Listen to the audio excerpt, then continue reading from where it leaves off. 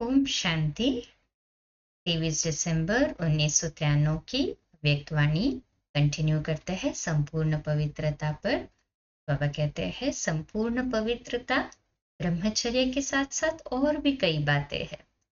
जैसे दुनिया में लोग कहते हैं कि कोई मरा तो स्वर्ग पधारा, तो बाबा कहते हैं वैसे तो होता नहीं है, परंतु यहाँ पर जो हमारा बॉडी कॉन्शियसनेस है इसको हम मारते हैं, देहभान को मारते हैं, तो स्वर्ग में ऊंची सीट के पात्र बन जाते हैं।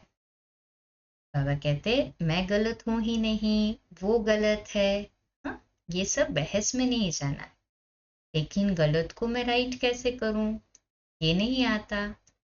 रॉन्ग वाले को बदलना चाहिए, राइट वाले को बदलना चाहिए। फिर ऐसे दलील भी करते हैं बाबा के पास, किसको बदलना है। बाबा कहते दोनों को बदलना पड़े। बदलने शब्द को आध्यात्मिक भाषा में आगे बढ़ना मानो। हाँ, बदलने शब्द को, परिवर्तन को बाबा कहते हैं आध्यात्मिक भाषा में आगे बढ़ना। बदलना नहीं मानो, उसको बढ़ना मानो। उल्टे रूप का बदलना नहीं है, सुलटे रूप का बदलना है। अपने को बदलने की शक्ति है कि कभी तो बदलेंगे ही। पवित्रता का अर्थ ही है सदा संकल्प, बोल, कर्म, संबंध और संपर्क में 3 बिंदु का महत्व हर समय धारण करना। कोई भी ऐसी परिस्थिति आए तो सेकंड में फुल स्टॉप लगाने में स्वयं को सदा पहले ऑफर करो, मुझे करना है।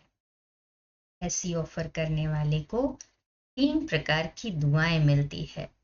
पहली, स्वयं को स्वयं की भी दुआएं मिलती है, खुशी मिलती है। दूसरी, बाप द्वारा दुआएं मिलती।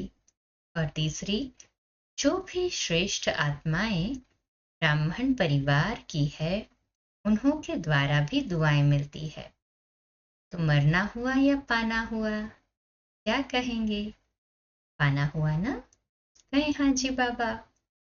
तो फुल स्टॉप लगाने के पुरुषार्थ को कंट्रोलिंग पावर द्वारा परिवर्तन शक्ति को तीव्र गति से बढ़ाओ। अलबेलापन नहीं लाओ, ये तो होता ही है, ये तो चलना ही है, ये अलबेलेपन के संकल्प है। अलबेलापन परिवर्तन कर अलर्ट बन जाओ। अच्छा, चारों ओर के महान आत्माओं को, सर्वश्रेष्ठ पवित्रता के व्रत को धारण करने वाली आत्माओं को, सदा स्व को सेकंड में फुल स्टॉप लगाए श्रेष्ठ परिवर्तक आत्माओं को, सदा स्वयं को श्रेष्ठ कार्य के निमित्त बनाने की ऑफर करने वाली आत्माओं को, सदा 3 बिंदु का महत्व प्रैक्टिकल में धारण कर दिखाने वाली बाप समान आत्माओं को, बाप दादा का याद, प्यार और नमस्ते। दादियों से मुलाकात है। बाबा कहते सभी आप लोगों को देखकर खुश होते हैं। क्यों खुश होते हैं?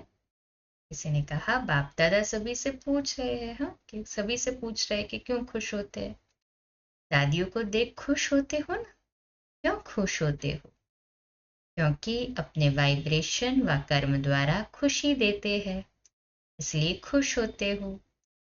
जब भी ऐसी श्रेष्ठ आत्माओं से मिलते हो तो खुशी अनुभव करते हो ना? तो टीचर्स से कहते हैं फॉलो भी करती हो ना? कई सोचते हैं बाप तो बाप है, कैसे समान बन सकते हैं।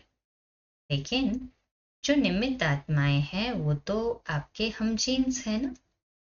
तो जब वो बन जा, तब जब हाँ वो बन सकती है तो आप नहीं बन सकते हो क्या? तो लक्ष्य सभी का संपूर्ण और संपन्न बनने का है। अगर हाथ उठवाएंगे कि 16 कला बनना है या 14 कला, तो किस में उठाएंगे? 16 कला में। 16 कला का अर्थ क्या है? संपूर्ण है ना। जब लक्ष्य ही ऐसा है तो बनना ही है, मुश्किल है नहीं, बनना ही है। छोटी छोटी बातों में घबराओ नहीं। मूर्ति बन रहे हो तो कुछ तो हैमर लगेगा ना, हाँ, हथौड़ी से।